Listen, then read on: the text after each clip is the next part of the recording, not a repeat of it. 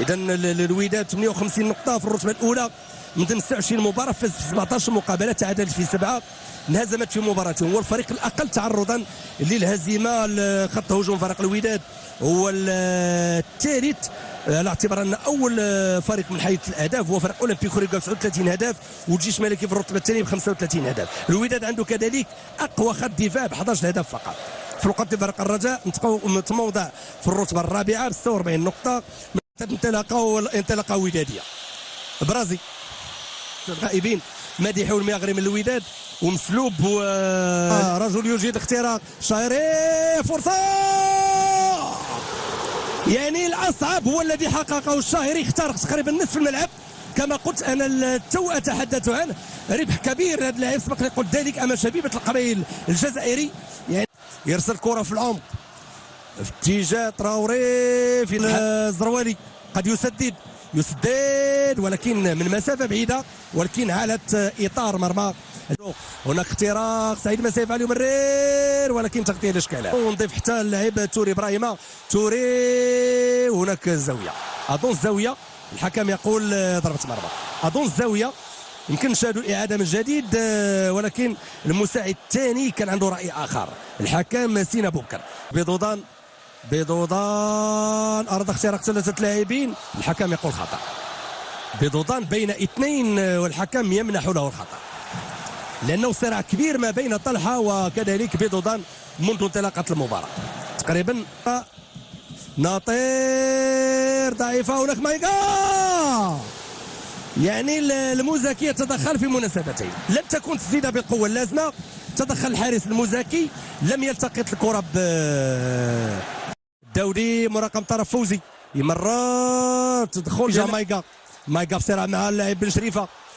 هناك عمليه شد من الخلف، الحكم يقول واصلوا المباراه. سنشاهد ذلك من الاعاده، لان هناك حراسه فرديه مضروبه في الجهه اليمنى في دفاع فريق الوداد. زروالي تمريره دائريه ارتقاء، ولكن الاسرع هو اللاعب طلحه. والزاويه الثالثه لفريق الرجاء، وفي الجهه اليسرى لمرمى سليماني يرسل كره في العمق بدون خطوره في الحارس. انطلق يمرر كره جميله، ولكن يجوب رقعه الملعب في كل مكان، يعني اينما.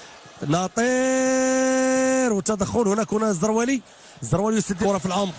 هناك الحارس عتبه يلتقط امال في اتجاه طلحه بالراس. هناك جريندو وترك الفيتشو. نضيف بريجه عبد اللطيف، النيبه الداودي مجيد بن عبيشه وغيرهم من اللاعبين الذين تركوا بصمات واضحه في التاريخ الرياضي لفريق الوداد كما الشعب بالنسبه للرجاء. بين الوداد والرجاء الرجاء ناطر يعود تدريجي لمستوى المعود، يمرر وخروج الحارس امام اللاعب بيضودان، خروج الحارس، ولكن من جديد الحكم كثيرا هو لا يلام. فرصه لفائده الوداد، ولكن تجربه احترافيه بهولندا، لعب للفتح للجيش الملكي. الان يؤازر فريق الوداد. تنتهي الجوله الاولى بعطاء تقني. الانصار غاضب عن النتائج الاخيره للفريق، ولكن بالرغم من ذلك دائما الشهيري اتجاه مايكا، فرصه، والحكم يقول ضربه جزاء للرجاء. تمريره جميله للشهيري بباطن القدم، مشى مايكا، خرج الحارس المزاكي من عليه الزاويه، عرقله من الخلف. الحكم يقول عمليه وضع الكره في نقطه 11 متر، قد جزاء. انطلق جيريندو، الحكم يأمر كل اللاعبين بالخروج من منطقه الجزاء. جريندو ويسجل بتجربه كبيره، الحارس في جهه والكره في جهه اخرى. وكما قلت هذا الهدف اشعل فتيل المدرجات بخصوص انصار الرجاء في الوقت لفريق الوداد احوج اكثر من اي وقت مضى للتعادل فقط ليتوج قبل نهايه الدوري الوطني ب3 دورات. صراحه الحكم القزاز ارتعب. انطلاقات سعيدي، خطا من الخلف في حق سعيد فتاح اصغر لاعب الى جانب مايكا في فريق الرجاء. الحارس عتبه ليسرى المرمى، الحارس حكيم المزاكي، تنفذ، خروج موفق للحارس. اصبح الان فرصه لفائده فريق الوداد، ولكن سعيدي ماذا سيفعل سعيدي؟ فرصه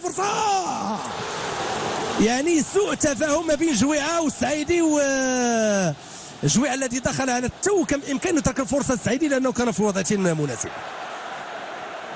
لا سليماني جميله، هناك ناطير تجاه بيضو جميله، هناك فلاح ما سيفعل فلاح يمرر، هناك البرازي يرسل الكره في العمق في اتجاه ابراهيم توري فرصه، يعني واحده من اللمسات الجميله لابراهيم توري السنغالي، استدار مع الكره بالرغم من تغطيه جريندو، ولكن تسديدته لم تكن بالقوه. سقاط اراد مباغته الحارس وحتى في المكان المناسب يخرج كره الزاويه، وتحرك ودادي نسبي بحثا على الاقل. فرصه تدخل جيريندو، ولكن الصيفه تلقى واحده هي متعه كره القدم سواء في رقعه الملعب او في المدرجات، وانذار غيكون من نصيب فوزي البرازي لانه عرق على اللاعب سعيد فتاح. فكما قلت المتعه هي السمه البارزه. هناك فوزي في اتجاه جويعه، عوده شرف عليه، فرصه وضائعه، وقبل ذلك الحكم يقول تسلل لان المساعد الاول ارتأى بان هناك تسلل، وبالرغم من ذلك جويعه تقريبا من نقطه الجزاء واحد 10 حتى 11 متر يسدد، ولكن تدخل موفق للحكم، تناوب عليه اكثر من لاعب. فرصه ولكن هناك الحارس الى اتجاه بورجي ما سيفعل، بورجي يسدد من وضع يمرر لمن في اتجاه بورجي، ولكن هناك الحارس عاتب في اصطدام عفوي مع اللاعب بورجي.